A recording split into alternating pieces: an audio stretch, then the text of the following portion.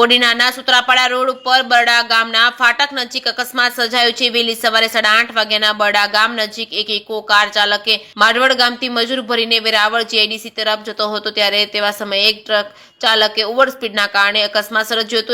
આજુબાજુના લોકોનું કહેવું છે કે આ ટ્રક ચાલક અને ઇકો કારને ટક્કર થતા અકસ્માતમાં 3 સગીર મહિલા ઇજાગ્રસ્ત થતા ખાનગી હોસ્પિટલમાં ખસેડવામાં આવ્યા છે। બરડા ગામ નજીક રહેતા લોકોનું કહેવું છે કે આ ટ્રક ચાલક ઓવર સ્પીડમાં ટ્રક ન ચલાવે અને આવનારા સમયમાં આવા અકસ્માત ન સર્જાય।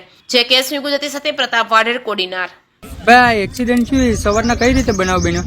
સવારના 8:15 થી 8:30 ની વચ્ચે જે ટ્રક અંબુજા કંપનીનો છે તે ફૂલ સ્પીડમાં જે આવતો હતો તે અંબુજા કંપનીથી લઈ અને મૂળ દ્વારકા જેટી તરફ જતો ત્યારે એક સાધન ઇકો છે તે કોડીના તરફથી આવતો હતો અને તે વેરાવળ તરફ જઈ રહ્યા હતા।